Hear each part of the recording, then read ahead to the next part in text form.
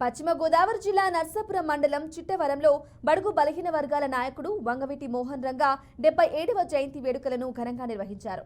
ఈ కార్యక్రమానికి ముఖ్య అతిథులు వంగవీటి రాధా సతీమణి, రంగా కోడలు వంగవీటి పుష్పవల్లి, నర్సాపురం ఎమ్మెల్యే బొమ్మిడి నాయకట్, జనసేన పార్టీ రాష్ట్ర కార్యదర్శి చాగంటి మురళీకృష్ణలు పాల్గొని వంగవీటి విగ్రహానికి పూలమాలలు వేసి నివాళులర్పించారు. అనంతరం చిట్టవరం గ్రామస్తులు ఏర్పాటు చేసిన నిత్యావసర సరుకులను పంపిణీ చేశారు.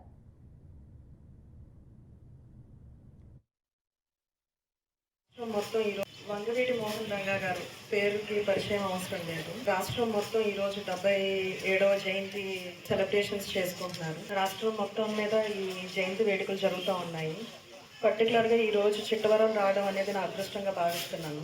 అండ్ జట్టు అమ్మాయి గారికి, బాబ్జీ గారికి రెండో కుమార్తెగా పుట్టడం నా అదృష్టంగా ప్రతిరోజు తలుచుకొని రోజు అంటూ ఉండదు. అండ్ పెళ్ళయిన తర్వాత వంగవీటి గారి ఇంట్లో అడుగు పెట్టడం అనేది అదృష్టంతో పాటు చాలా గర్వంగా ఫీల్ అవుతూ ఉంటాను. రాధా గారిని అందరూ ఒక నాయకుడిలాగా ఎట్లా చూస్తూ ఉంటారు, నేను నా భర్త కన్నా కూడా నాయకుడిగా చూడడం అనేది నేను చాలా గర్వంగా ఫీల్ అవుతూ ఉంటాను.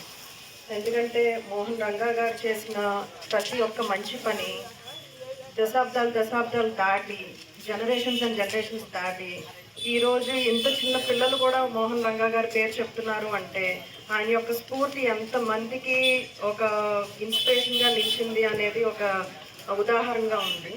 సో అట్లాంటి లెగసీని, అట్లాంటి దాన్ని ముందుకు తీసుకెళ్తున్నందుకు మా వంగవీటి రాధా గారికి ఒక నాయకుడు లాగానే కనిపిస్తూ ఉంటారు. సో మీతో పాటు నేను కూడా ఆయన అభిమానంలో ఫస్ట్ ఉంటాను అన్న దానికి నేను చాలా గర్వపడుతున్నాను. తెలుస్తున్నది మరి ఆయన అంటే ఒక వర్గానికి చెందిన వ్యక్తి కాదు, ప్రత్యేకంగా అందరూ కూడా ఆలోచన చేసుకోవాలి. బడుగు బలహీన వర్గాల కోసం మరి ఆ రోజు ఆయన పోరాటం చేసిన సందర్భం, ఆ రోజు ఆయన చనిపోయే సందర్భంలో కూడా వెనకబడిన వర్గాల కోసం ఆయన ఆ రోజు పోరాటం చేసుకుంటూ చనిపోవడం జరిగింది.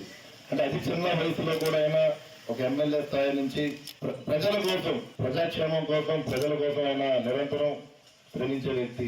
అలాంటి మహోన్నత వ్యక్తి మరి ఈ రోజున 70వ జయంతి సందర్భంగా ఆయన మనకి లేకపోయినా, మన దగ్గర ఆయన లేకపోయినా, ఆయన ఆశయాలు ఏదైతే ఆశయాలు ఉన్నాయో ఆ ఆశయాలతో ప్రత్యేకంగా యువత మరి ఇన్స్పిరేషన్ గా తీసుకొని మరి రాబోయే రోజుల్లో మనందరం కూడా ప్రజలకు కానీ మరి ఎవరైతే బడుగు బలహీన వర్గాలందరికీ కూడా మనందరం నిరంతరం కూడా అందుబాటులో ఉండవలసిన అవసరం ఉంది.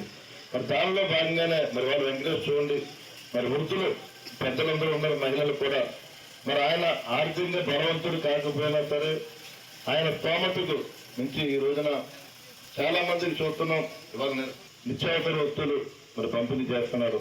నేను గతంలో కూడా మనం మాట్లాడుకున్నాం, రంగా గారి విగ్రహం ప్రతి గ్రామాల్లో కూడా ఉండవలసిన అవసరం ఉంది. దాని వల్ల నర్సాపురం నియోజకవర్గ ప్రజలు